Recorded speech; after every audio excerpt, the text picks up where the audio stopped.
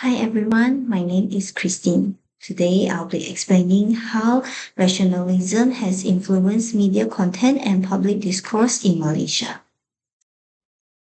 Rationalism is the belief that human reason and logical thinking should guide our understanding and decision making.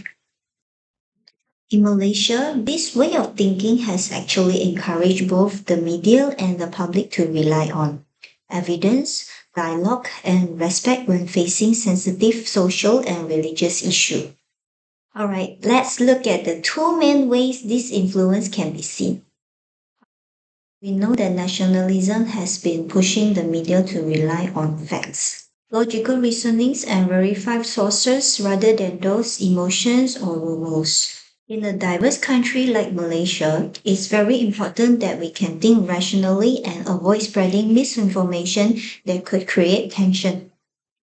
Clear example for this could be seen during the COVID-19 pandemic. We saw how responsible Malaysian media used verified data from the Minister of Health and expert advice from doctors and scientists. We all know that transparency of media is also quite important. Sensitive headlines in the newspaper can cause panic or even division. Media has to ground it in evidence so they can also support national topics like the budget allocations or sensitive topics. It also helps policymakers make decisions based on accurate information rather than pressure from viral misinformation. So the credibility and trust will be built among citizens. Instead of spreading fear or conspiracy theories, they help the public make informed and rational decisions about safety. Let's think about how it reflects our thinking before believing. Journalists are always encouraged to check their facts, analyze evidence, and communicate clearly because the audiences will get influence. And the situation is that Malaysians are learning to question sources so that we can prevent fake news or sharing it online. When media content is grounded in logic and truth, it builds trust and unnecessary conflicts. So we have to make sure the information we receive or hear is based on evidence. Move on to the next. Rationalism doesn't just shape the media. It affects how we talk about issues in our daily life. Calm discussions, empathy, and understanding instead of extreme emotional reactions. This is evident in Malaysia, where people from different backgrounds live side by side. This rational mindset quickly help us handle cultural differences peacefully. Malaysia has different races built out and living together.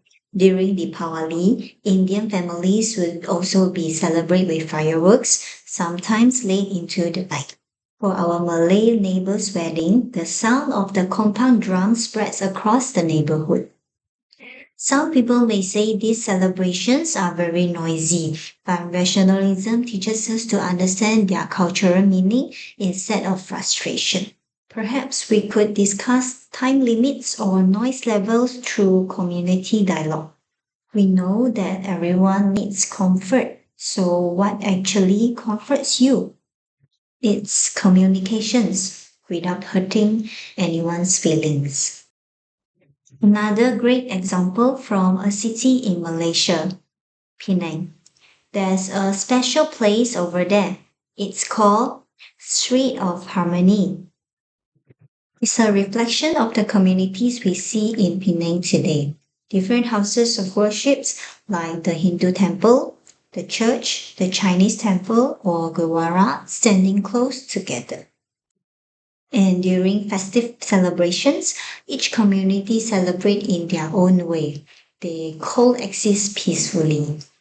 All this happen for a reason. We have empathy and mutual respect.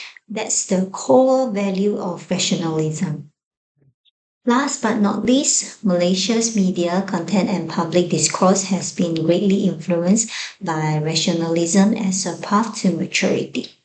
It reminds us to be critical thinkers rather than passive information consumer.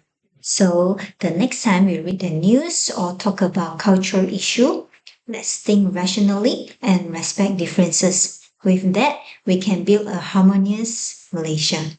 Thank you for watching.